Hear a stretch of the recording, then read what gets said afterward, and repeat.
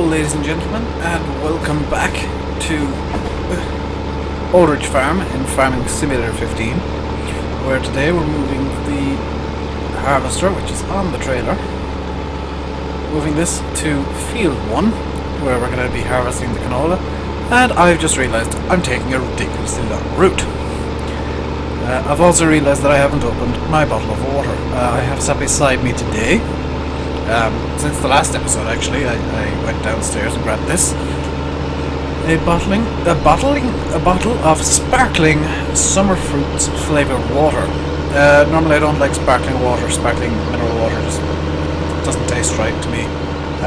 But I do like flavoured water, and I've been drinking some of it recently. It is tasty. Normal water just kind of has either no flavour or a bit of a weird flavour for me, so it's nice to have something a bit different. So, let's get the harvester into Field 1 and get it started. I'm gonna have to take the trailer, the container off the back of the trailer sooner or later. I'll do it once this harvester's filled up. And this is gonna automatically chop the stalks of the canola for the rapeseed. Plant what canola is used for, generally speaking, is to make rapeseed oil. That's used in cooking. It's primarily used in cooking. I've actually had rapeseed oil in a Tesco near me. It's a supermarket. They have, or at least had last when I went there before, because I haven't been in a while. They had this display near the deli with like bits of bread and various oils, and one of the oils they had one day was rapeseed oil. So I've tried it. It's got this lovely earthy flavour to it. It's really delicious. And the reason they have bread with it is in some Mediterranean countries, and even it's coming to Ireland and the UK as well. What happens is you get a selection of oils and a selection of breads, and you dip the bread in the oil and then you eat it. So you get kind of the flavour of the bread, so to speak, and the flavour of the oil together. And do I have withering turned off? Yes, I do. I want withering on, please. And it's really genuinely delicious. Why did I turn withering off? I shouldn't have turned withering off. I apologise. I know it is turned on for Bandicoot. I just didn't realise that it never turned on for this one. I don't understand why either. Just Bandicoot is... I think it's going well. I think that series is going well. It's getting roughly the same views as this one, so that pleases me. And this series, realistically, Aldridge is being done by pretty much everybody who does farm sim on YouTube, so I'm kind of glad that these videos are going as well as the Bandicoot series, which again is being done by a lot of people. So I'm glad these videos are getting viewed. And I've just realised I need to get more. There are a few things I want to do this episode. I want to get it done this episode. But one thing I definitely need to get done is just start waiting for a second. I'm gonna get more pigs cause I checked my subscriber numbers before, it's lambs even, before I started recording, and we're up to 120. So 121 lambs now. And this is gonna get very silly very quickly. I know on Bandicoot I'm aiming for 1,000 of everything, which is going to be hilarious. Trying to keep that kind of numbers. I'm gonna enjoy doing that. But at least I know now that I can truck manure around the map if I so wish, which is going to be really handy in Bandicoot. And I know I'm talking about my other series in this one, but I think you guys watch both. If you don't, you should really check out the Bandicoot map. I've got an interesting twist on it, where I'm not allowing myself to go negative at midnight, or negative in Monday at midnight. Buying everything on the map. And added to that, I've got my night road mod that takes 4 days. I think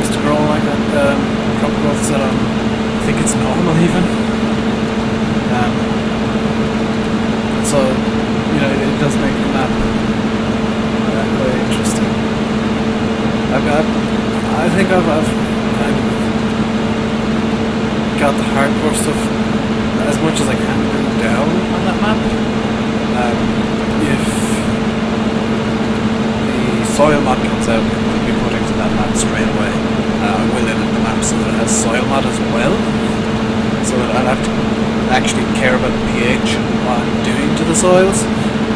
But as things stand, there is no soil mod for FS15.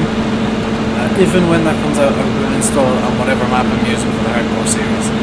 I'll edit the map to suit and get that sorted out within a couple of hours.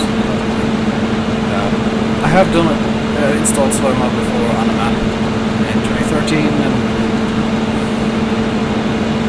let's just put it this way, I can edit numbers on an XML pretty easily. Actually editing out an XML to install crops or something, not so easy. The soil mod, the way it works is you're essentially adding crops and foliage layers, and it does get a bit messy. Not the easiest thing in the world to install,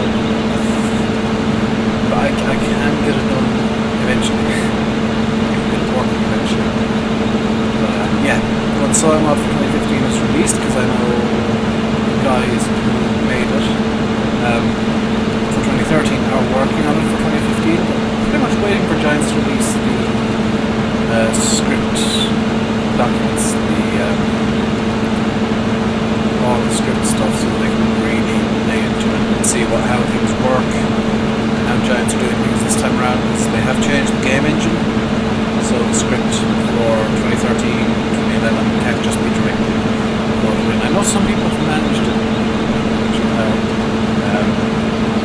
and even the likes of David Oldfield, how did they do this and this and this and this? I think anti-modding is well waiting for the script documentation to come out, because I know they're working on mods, but compared to what they did for 2013, they're taking their time for this edition for 2015.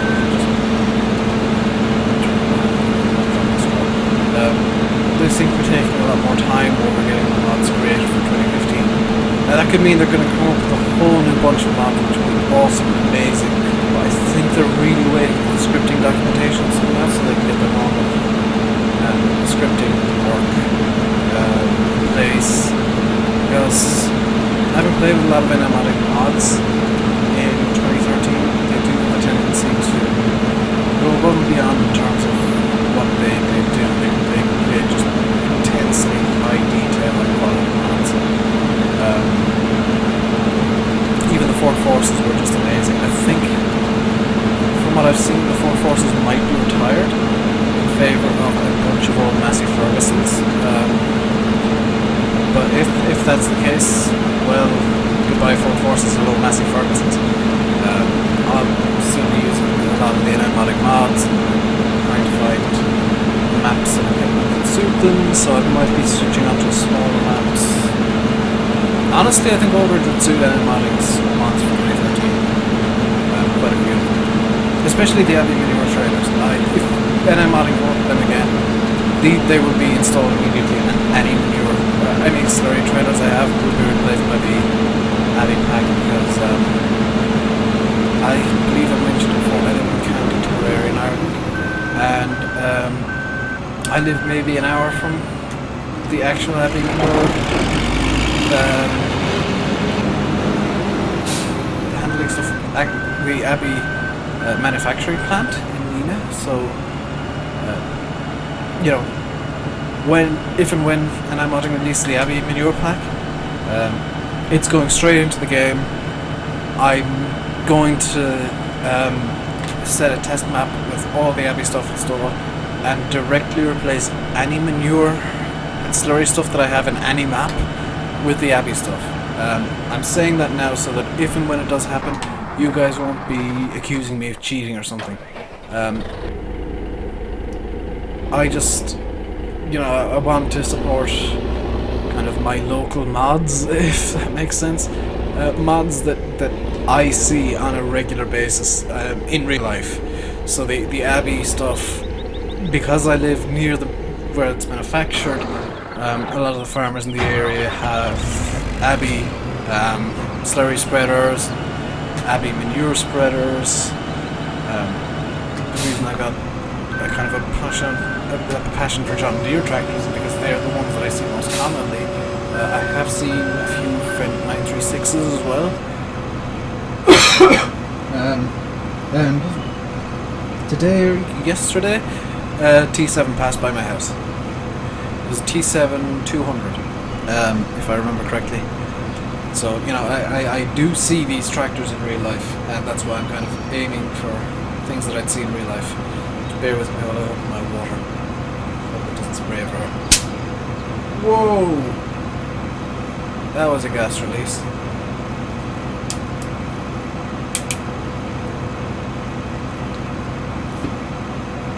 Tasty. Really, oh my god, that's intensely fruity. Oh, that's delicious. So, if you live in Ireland or the UK, I know the US doesn't really have them. If you live somewhere that has a Tesco, and they have these sparkling summer fruits flavoured spring water, I thoroughly recommend it, because that is intensely fruity flavoured water. Oh, it's so tasty. I'm going to recommend things that I like. I'm going to be quite honest. Cadbury Dairy Milk Turkish. Yes, thank you very much. Red licorice. Yes, please. Always. Chocolate covered raisins. They're delicious. Any decent flavoured cola. Diet Coke. Snacks. Even the stuff that you get in Aldi, the American Diet Cola thing. That's really nice. Actually, none of the chocolate from Lidl and Aldi. There's an Aldi just down the road from me. There's a Lidl next town, so I get that. They're primarily Aldi stuff, Tesco stuff I get. It's really, really good value. I've said the Aldi chocolate bar.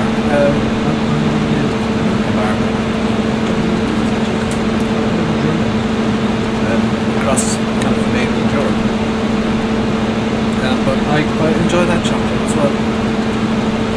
Somewhere in my room. It's excellent. Yes. I've set here hot and spicy Pringles. I am a corporate whore. If any of these companies want to hit me up with sponsorship and free stuff, I will be more than happy to shamelessly advertise your products. The same goes for any PC manufacturers, because I do PC. Razer, Intel, Nvidia, anyway, well, actually, if you're building a PC, I said actually twice. Oh my god! If you're building a PC and you're looking for reasonably good value and really, really good shipping, I'd recommend Newegg. I bought myself, well, my parents bought me for Christmas, but I spent the money on it and my parents paid it back. A 2 terabyte external hard drive. I bought that kind of less than a week before Christmas. I bought that on Newegg and I was thinking, oh well, it'll arrive before the New Year. No, I was wrong. It arrived 2 days later. Perfect condition, works perfectly, it's amazing, and I can't speak highly enough of how impressed I was with the speed at which the hard drive was shipped. I'm actually going to tell you exactly what external hard drive I have. A Seagate 2 terabyte. I think I got the kind of mid-upper range one. It was about €100 I spent. Thoroughly recommended if you want somewhere to put large size files. I use it for old series. I'm using it as a kind of an archive of videos. So all the videos I've put up on the channel, I don't have the raw files. I get rid of the raw files once I've edited them up and render them out into a smaller file size. They go onto my hard drive, or my computer's hard drive. It goes to series is over. I actually need to do some more of it as well. I need to this Bjornholm series onto it. So keep everything. Once it goes up on YouTube, it goes onto the hard drive. Because I want to have kind of an archive of stuff that I've done, so 2 or 3 years millionaire from YouTube is, yeah, right. But in a couple of years' time, either I'm still doing YouTube or I've moved on and open up the hard drive and look at the videos I made on here and stuff to give myself a better videos on YouTube. Yeah. I'll have the videos forever. Whatever happens first. But I do want to keep them. And obviously the videos that I make and render out, I'm gonna be honest, I don't actually look at videos before I upload them because I hate the sound of my own voice, but I'm kind of getting used to it when I'm editing. But the videos that I render out are a lot higher quality than the ones you see on YouTube. They are still 720p. They are still running at the same frame rate. I render at 720p, 30 frames per second. I can't remember the exact bit rate, but you know, I render a YouTube specific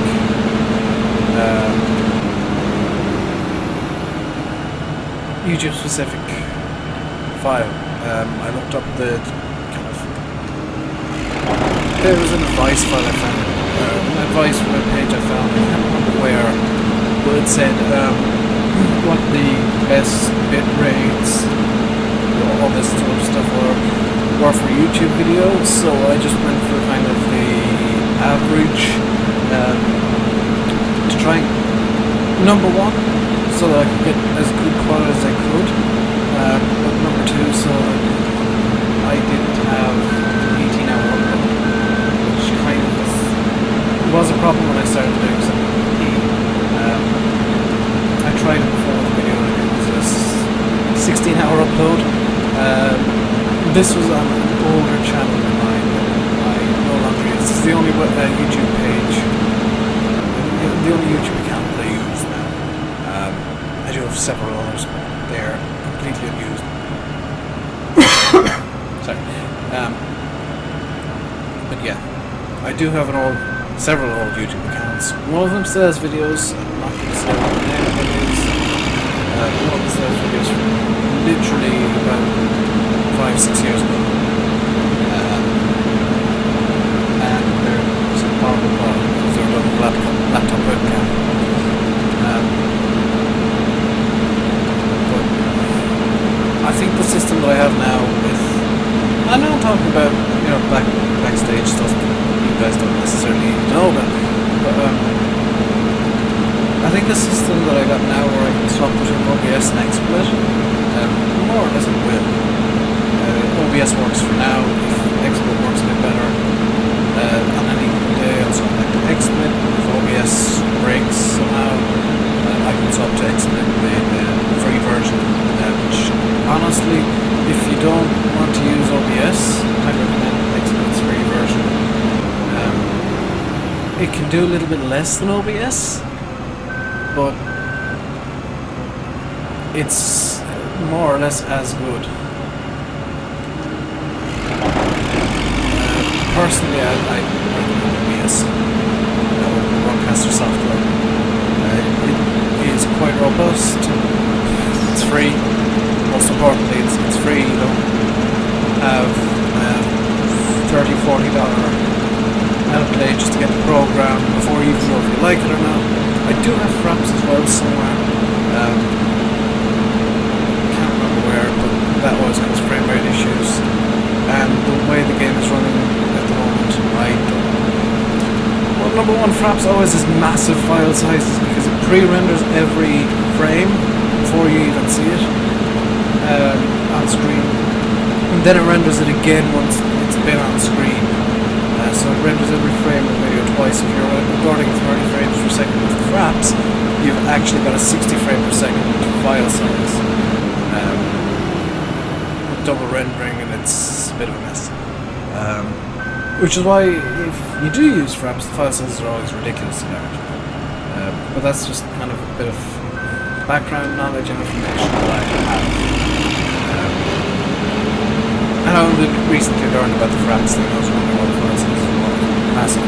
But fraps does have an issue where it does cause a lot of lag. The picture quality is better with fraps, but you do lose performance. And it does have a habit of killing hard draws.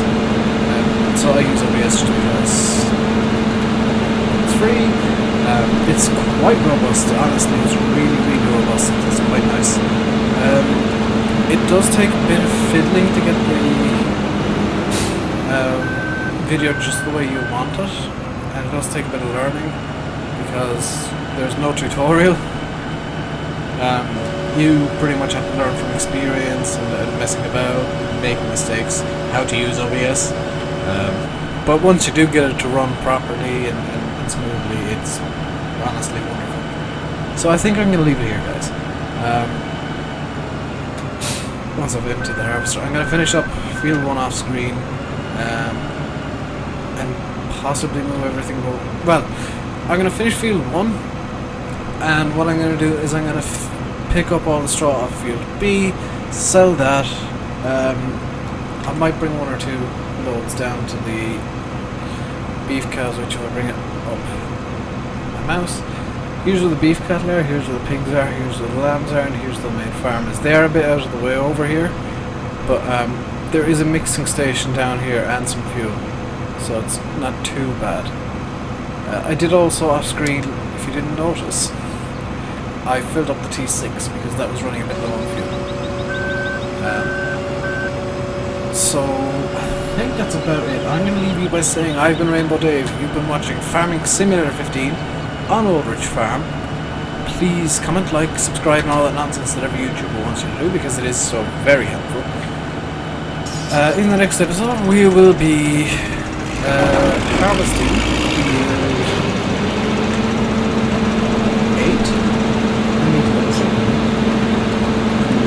8. And then we'll start on the cultivation cycle, field 9. Because field 9 has the problem of alfalfa, which you need to cultivate under, and that should, in theory, fertilize the ground. That's going to be an interesting one to find out. So, thank you very much for watching. I'll see you again next time. Until then, stay safe, and goodbye!